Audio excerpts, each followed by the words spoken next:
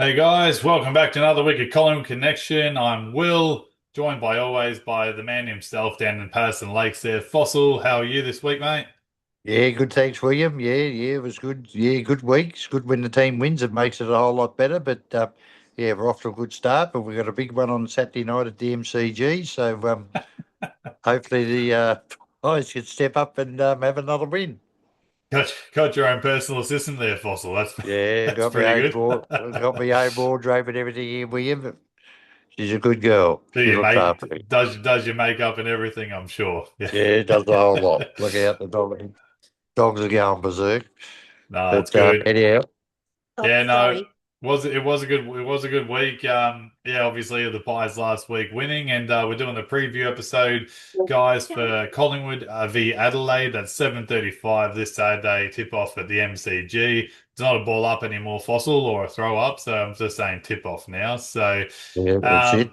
yeah, pretty good recent record. The Pies have won 11 of the past 12 meetings against the Crows after that draw in 2017. So I got to be pretty confident with form. Obviously, the last time was that qualifying win, that famous one over there in Adelaide Fossil, where the Pies fans went in their droves and caught buses and yeah, got the result done. So hopefully something similar this week. Yeah, no, they've done well. They travel well and they played well against the Crows. But yeah, it'll be another test for them on Saturday night. So it'll be interesting to see how they line up. Yeah, exactly. Well, speaking of the teams, so obviously dropped last night the lineups. There's no changes to Collingwood, unfortunately. The team that took down the Saints, Darcy Moore, couldn't get through. He's still got some calf issue, and touch wood, I think a lot of Collingwood supporters are holding their breath a little bit there. Fossil that he hasn't had another setback, but hopefully. Maybe after the bye, they're looking at him coming back. So fingers crossed there for Darcy. And only change we're on the emergency list is Steen and Sullivan are once again emergencies, but Charlie West has replaced Cochrane as our third emergencies. But I don't see those guys coming in, but you never know. Fingers crossed the warm-ups and all that go well. So we'll just get into some key matchups this week, Fossil. Obviously, a pretty tall team, the Crows, and first game of the year, so it's hard to judge. But yeah, what's some key matchups you're looking at this week? Yeah, I think well, probably yeah, with the three tools they got Thilthorpe, Walker, and Fogarty. But I think probably Brampton will probably go to. I think he'll have first crack because he's 201 centimetres. Is our tallest backman, so I think he'll have a first go at Thilthorpe. If that doesn't work, they can probably bring Mustay from the forward line down to the back line, depending how he's going, and so he can help out. And I think Maynard will go to Walker. I think he always takes Walker, and he does a pretty good job on him. And then I think with Fogarty William, I'm going to throw in a smoky. I think Cripsy might get a job on him. He's nearly the same size, and he can play down back because we've only got Dacos, who's only 178, and Houston's 186, and Quanar's 180. So maybe they might do a bit of a smoky there and put Chris down back and see how he goes because he can play all over the ground. So it might be worth a try. Yeah, it'll be interesting. He's he's probably outsized a little bit there, Foss, but I reckon they might try a seven-man defense, try and do a double team, whoever's in the mismatch, because obviously Billy Boy's the only big tall defender we've got, and yeah, like you said, I guess Maynard always does play on some taller blokes like last week, and yeah, that'll be interesting if Chris does go down there, but yeah, I guess trying to match like for like, so. Yeah, it'll be interesting to see. Yeah, well, that's right. Because I just thought at 190 centimetres, well, yeah, he's probably the closest. I think Boggarty's 192, so maybe they might give him a go, try something, and like I said before, if it doesn't work, they can probably put McStay down the back, depending how he's going up forward. But if McStay goes back, well, it gives Memory and Buller another chance. It's good to see that they give him another chance because last year they sort of give him half a game or a game and a bit, then they dropped them. So maybe this year they might get two or three goes, but we'll have to wait and see what happens on Saturday night. Yeah, exactly. All right. Well, another matchup looking forward to this week, and it'll be interesting whether they trust the midfield to go head to head. But our man Perryman did a pretty good job tagging Nasiah last week and held him to 19 disposals. What about Dawson? To me, they're their most dangerous midfielder, and when he's up and about, he can be pretty dangerous. So, well, he can be very effective. So, do you think he gets the job on Dawson this week? Yeah, I think that's a no-brainer. Well, yeah, the way Perriman played last week, because I think in the games last year, the Collingwood midfield really smashed Adelaide, and I think that's where we actually won the game. So I think Perriman will go to Dawson, and if he can nullify him, that'll let the other midfielders do their thing, and hopefully we can get a bit more supply. But the forward line's got to play a lot better this week, Will. They've got to gel a bit more and get it in quickly. But yeah, because they were pretty disappointing last week, the Tools. So hopefully they can have a better game this Saturday.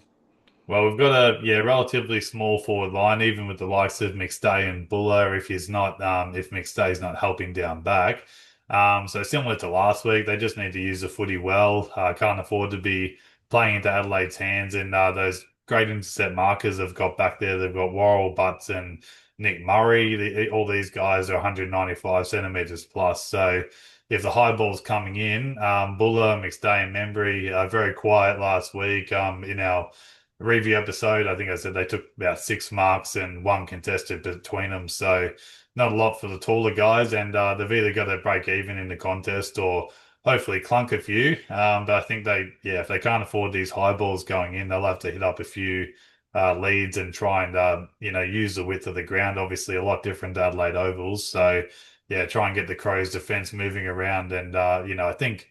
McRae really backs in his structures. So last week showed that he's happy for the defensive structure and on the offensive too. Hopefully we can spread the field a bit and try and open up some gaps that way. Yeah, that's exactly right. Well, I think that's what I'll try and do. Will I'll try and get it out of the centre quickly, and then DeGoey, McQuarrie, Elliott, and Schultz can lead up. And like you said, if they use the whole ground and spread their back line out a bit, I think that'll be to the Pies' advantage. And if McStay and Memory, if they can't mark the ball, knock the ball to ground, and then the little fellas can do the work. So hopefully, well, that's the plan. So I think they'll try and do that because they use the G pretty well, and their kicking to position's been really good. So, that last kick inside 50, if they can hit their targets, I think that'll help out. Yeah, exactly. And just with that midfield battle, it's interesting again. Darcy Cameron, so he's up against two more ruckmen. I think he can hold his own just like he did last week. Adelaide have gone with two inexperienced rucks, 210 centimeter. McAndrew, he's only played a couple of games, but obviously a big boy. And Toby Murray, a debutant fossil, 200 centimeter. So they're trying to obviously stretch our defenders and stretch our ruck stocks. So yeah, I guess it'll be interesting who does go in to give him a chop out. Maybe Buller or McStay, in that matter, if we do, we can't afford anyone else to really go in there. So yeah, it's going to be an interesting matchup in the centre there. And Darcy Cameron usually gets back to help out our defenders. So yeah, they're going to have to obviously work around a few taller boys this week. Yeah, well, that's where they can come in and use the ball quickly, Will, get it in quick. And, if they have four or five big blokes on the ground at one stage, that'll allow little fellas in our midfield to go to work and, it might expose them. Just depends on the night too, like if it's a bit dewy, well, it might not be suited for the big fellas. You just don't know. But if they go with four or five big guys on the ground, well, the Pies have really got to, get the ball in quickly. And like I said, use the whole width of the ground and make those big fellas chase. And, it could play into our hands, or if it's a good marking night, well, the Pies will just have to be on the ball and do a lot of spoiling, and when it gets to ground, get it in quickly. And I think that's where we'll win the game in the midfield. I think they've been very good against Adelaide, and I think if they can keep, like you said, Dawson in check, he's their number one man. I think Perriman will probably get a crack at him, and if he can keep him quiet, it'll go a long way for the Pies winning the game.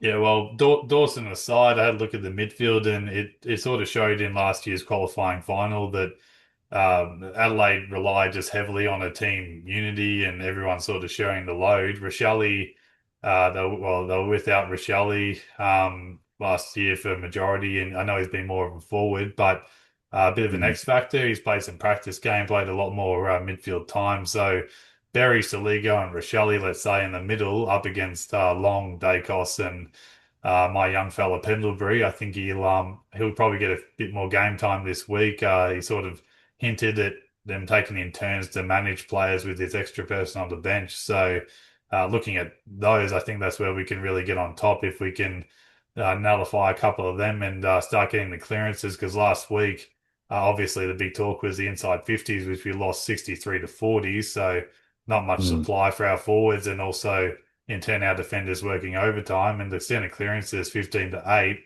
They can't really afford to have that same sort of impact this week because I don't think our defenders will be able to. Don't know what the weather's like down there, Fossil. If you got a report for me, but hopefully, Oh, maybe a few raindrops wouldn't harm us. yeah, no, I think it's going to be all right. Well, I think it's going to be around 26, 27, so it should be okay, I think. But yeah, like you said, with those tall guys, the midfields have really got to get up on top. And like you said, we were down 23 inside 50s last week, which is not real good. So they want to turn that around, and if they can get the supply, maybe Memory McStay and Bullock, and hopefully have better games. But the delivery of the ball is very important, and if we can sort of hold our own down back, I think the Pies have got a good chance, and we've got a pretty good record against Adelaide too. So although they've been close, but we seem to get over the line. So just hopefully the mids can play well and give our big guys enough supply down the other end of the ground, and hopefully we can kick a winning score. Exactly. Well, with that, we'll get to our predictions, Fossil. So this week, I'm going to say Collingwood again by 5. Recent history, like you said, shows that these teams are relatively close in their games. So Collingwood by 5 again. I think our top disposals, I'm going to say Scotty Pendlebury, if he gets more than 55% game time, let's say up towards 70% game time. Obviously, we've got a couple of day costers running around, but I don't like to go for the favourites. So, Pendlebury, I'll say with 32. And top goal kicker, can't go past Elliott. He was a bit quiet last week. He had some half chances, but I'm going to say Elliott's going to kick 3 goals this week. And what about yourself? Yeah, no, I'm going the Pies by 17, Will. I think they'll win the game. I know you don't like going favourites, but I think Josh Dacos is in really good form. I think he'll have 29. And William, we're going to have a good even spread of goal kickers this week. McQuarrie, DeGoey, and Elliott each all to kick three each. Three And a is good even spread. I think if they're all kicking 3 Fossil, I think we'll get the win on the board for sure. But Yeah, yeah, well, I like your thinking. I like you going a bit out there on that one. So yeah, no, I think that's what they rely on. They have a good even spread, and they get, 6 or 7 or 8 different goal kickers. That's good because it sort of throws the opposition out a bit. So, yeah, I think they'll all have big games this week. Yeah, Elliot was a bit quiet, but, hopefully he can hit back this week. So, yeah, if we can get 3 out of those 3 and then the others do their little bit, I think we'll kick a winning score. fingers crossed, Fossil. And thanks, guys, for getting involved in our videos last week, the comments, and also a couple of emails that came through. So just some mentions here to Ed Allen was a lot of the talk to whether he gets dropped or not. I said that if Darcy Moore was fit, I think Allen was going to be the one to make way. But I'm pretty happy that he is getting that consistency and. He a little bit unlucky last week. Like I said, a couple of times they missed the hand passes when he was running through. So can do the world of confidence, and yeah, hopefully he can build on top of that. And also, a couple of people were questioning. Well, they said McCreary's first half in particular, he was quiet, but I think he's just too dangerous to. You can have a bad half of football, especially first game of the year. So I think McCreary will be okay. He's an absolute pressure king. 29 pressure acts last week. So if he brings that sort of game and he might only have to kick 1 goal, or as long as his pressure's up and about, especially without Bobby Hill and some of the smaller guys, Harvey Harrison, we still haven't seen yet. So, no, pretty important players, and an unchanged team is something different for the Pies since McRae started Fossils. So, Yeah, hopefully, no, I think. Yeah, sorry, Will. Keep going. I was saying, hopefully a good result, and they can get the job done. Yeah, no, I think you're right with McQuarrie. Like they did have much hard work when they haven't got the ball, and that's what makes them a good side. You get Essendon and Carlton; these are all downhill skiers. They can't defend for shit. So, but they do put pressure on the ball, and Schultz and those sort of blokes, and that they get the turnovers and they get a couple of cheap goals, and can be the difference in the result of the game. So, you can't be too critical. Like the stats. they're there to be looked at. But I just sort of look at the guys when they haven't got the pill and if they're chasing hard and putting pressure on. It's the same with the big guys. If they shepherd and a little fella gets a goal, they don't go on the stats, but it's all teamwork. And I'm sure McRae and the coaches keep an eye on this sort of stuff. And hopefully we can get another 4 points. Exactly. All right, guys. Best luck to the Pies tomorrow, and fingers crossed a nice win, Fossil. Yeah. Maybe a hard stopper for you. Righto, go Pies. Go Pies. See you guys. See you. Will. See ya. Bye. Bye.